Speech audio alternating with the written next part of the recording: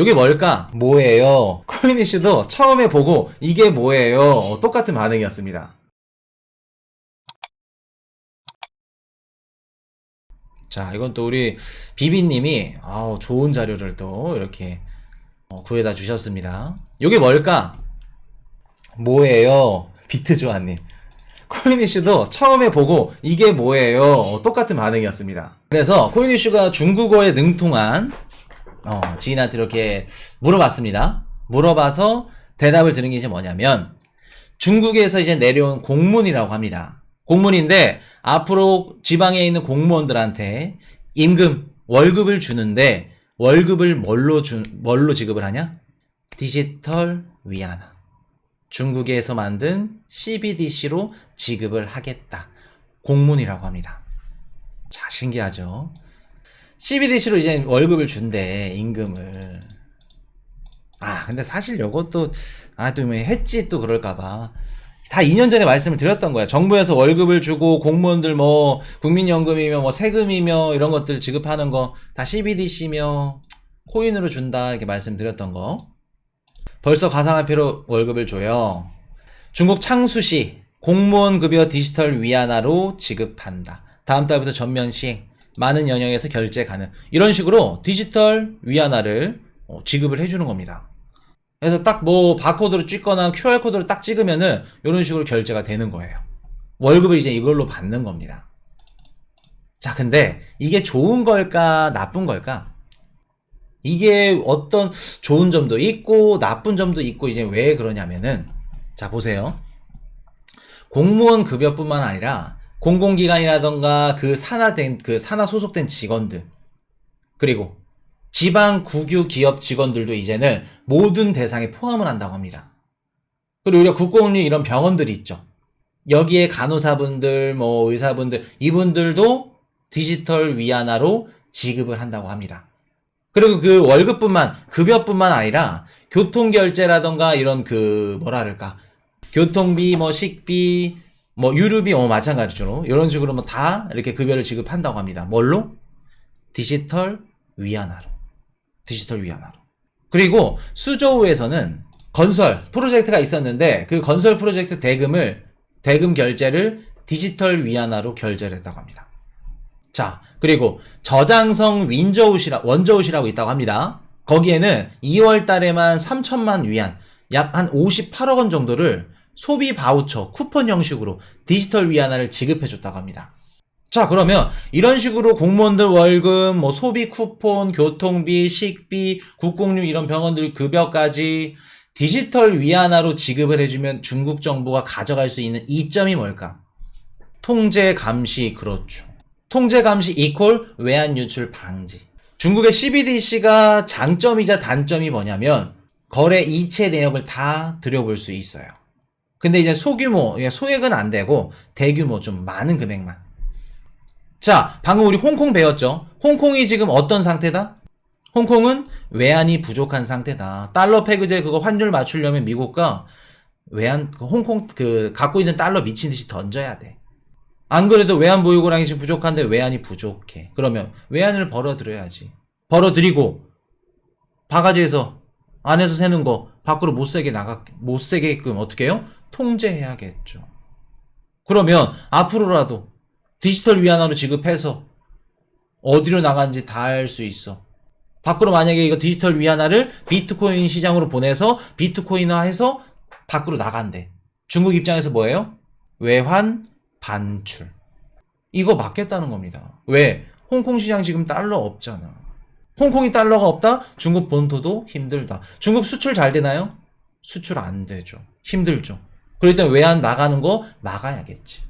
디지털 위안화로 공급해서 외환 반출, 감시, 통제.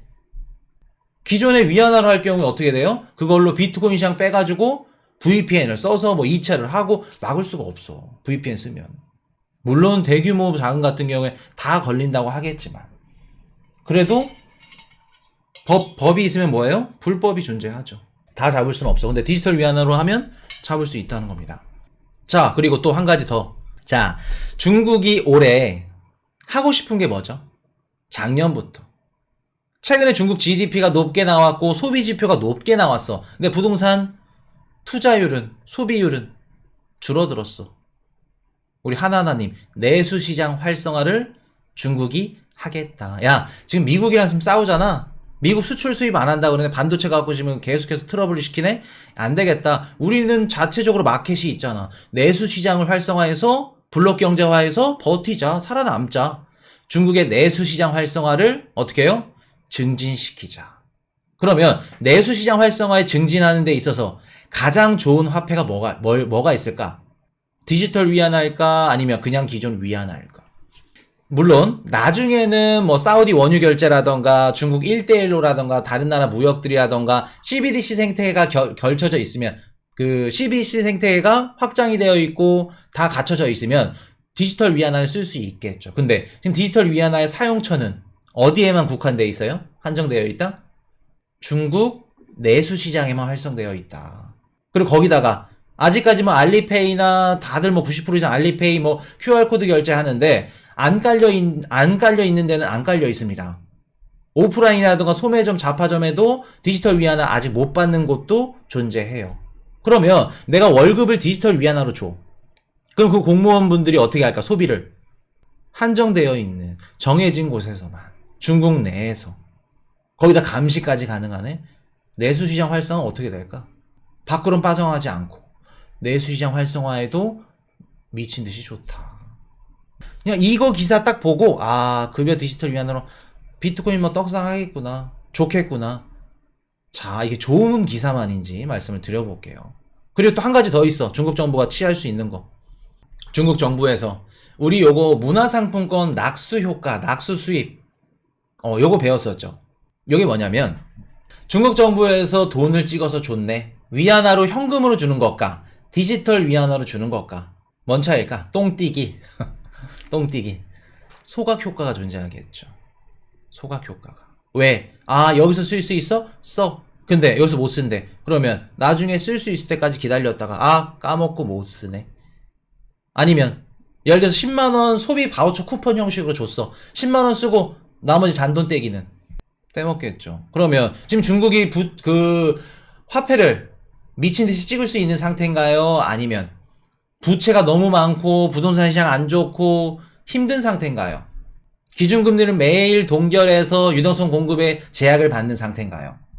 제약을 받는 상태죠. 힘든 상태입니다. 그러면 돈은 찍고 싶고 소각 효과도 가져가고 싶고 화폐 발행이 있어서 유연할 수도 있고 비교적 자유로울 수 있다면, 부채에 적용이 안 될 수 있다면, 물론 부채에 적용됩니다. 근데 돈을 좀 찍어내도 지네들이 발표하는 뭐 예를 들어서 100억 달러의 디지털 위안화를 찍었으면 한 50억 달러 정도 여유롭게 할 수 있는 최고의 화폐 발행이 뭐예요? 디지털 위안화. 중국 디지털 위안화 2.7조 원 유통, 전체 현금 통화의 0.13%라고 합니다. 이거 맞을까? 지금 중국에서 찍어낸 디지털 위안화가 2.7조 원이라고 합니다. 전체 현금 통화의 0.13%라고 해요. 물론 디지털 통화, 디지털 위안화이기 때문에 블록체인상에 투명해. 얼마나 찍었는지 알아. 아는데 이거 믿으시나요? 중국 정부의 통계를 믿을 수 있다? 신뢰할 수 있다?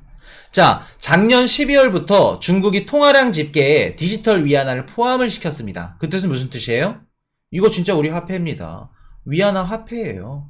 근데 0.13%밖에 안 돼. 아직도. 믿을 수 있을까? 현금 통화를 매달 공표하는데 신뢰성이 높을 수 있을까? 모르겠습니다. 코인 이슈는. 잘 모르겠어요. 자, 그러면 요게 물론 비트코인 시장에 좋은 내용입니다. 자, 그러면 어떤 위험성이 터질 수 있는지 한번 말씀을 드려볼게요. 자, 중국에서 부동산 시장, 부채 이런 것들 그냥 다 제외하고 런민비를, 위안화를 미친듯이 발행을 해. 근데 디지털 위안화도 발행량이 늘어났네. 그러면 어느 시점 이후부터는 디지털 위안화도 발행량이 너무 많고 위안화도 발행량이 너무 많아. 그게 맞물리는 구간이 다가올 겁니다.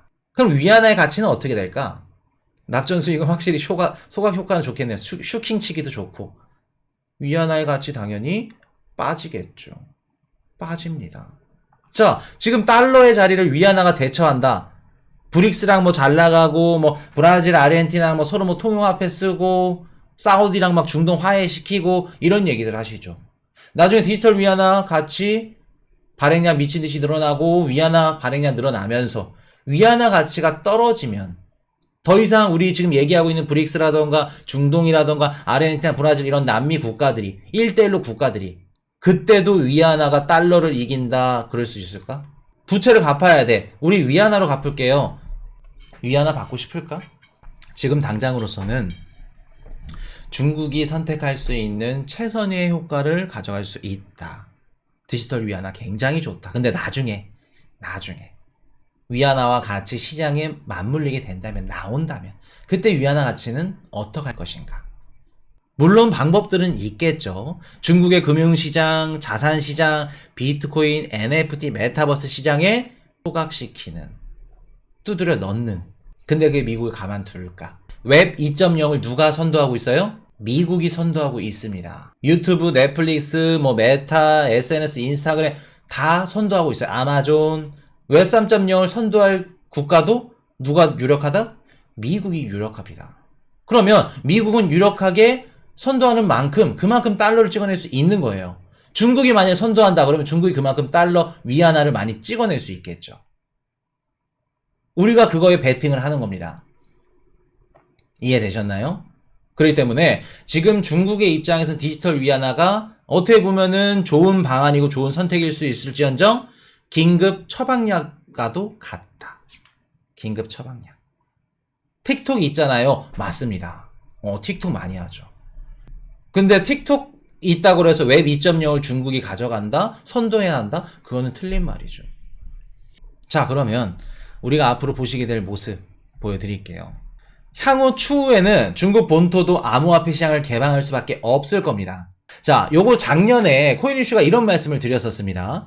홍콩이나 중국이나 암호화폐 시장을 다시 개방할 겁니다. 근데 어떨 때 개방할 겁니다 라고 말씀드렸죠. 어떻게 보면 홍콩 암호화폐 시장 개방한 거를 1년, 2년 전부터 말씀을 드렸던 거야. 뭐 맞췄다 했지만 하는 게 아니고, 잘난 척 하는 게 아니고. 힘들 때. 뭐가 힘들 때? 외환 수급이 힘들 때. 러시아가 지금 암호화폐 쓰겠다, 비트코인 뭐 거래할 수도 있다, 좋은 얘기 하죠. 러시아 지금 어떤 상태죠? 힘든 상태죠. 전쟁하지, 원유 못 팔고 있지. 물론 인도나 중국이나 다양한 국가들은 원유를 팔고 있지만 달러로 받나요? 달러로 안 받습니다. 힘들기 때문에 열어두는 겁니다. 외환 수급이 힘들 때. 지네가 힘들 때 비트코인 수용할게요. 중국 본토도 수용할 확률이 굉장히 높습니다. 중국 메이저 온라인 증권사 홍콩에서 암호화폐 거래소 진출 예정. 중국의 메이저 온라인 증권사가 홍콩 암호화폐 거래소 진출 예정이라고 합니다. 그 뜻은 돈 좀 되겠구나. 외환 수급 하겠구나. 하게 된다는 겁니다. 그러면 추후에 중국 본토에서도 디지털 위안화로 비트코인을 투자하는 모습을 보시게 될 겁니다.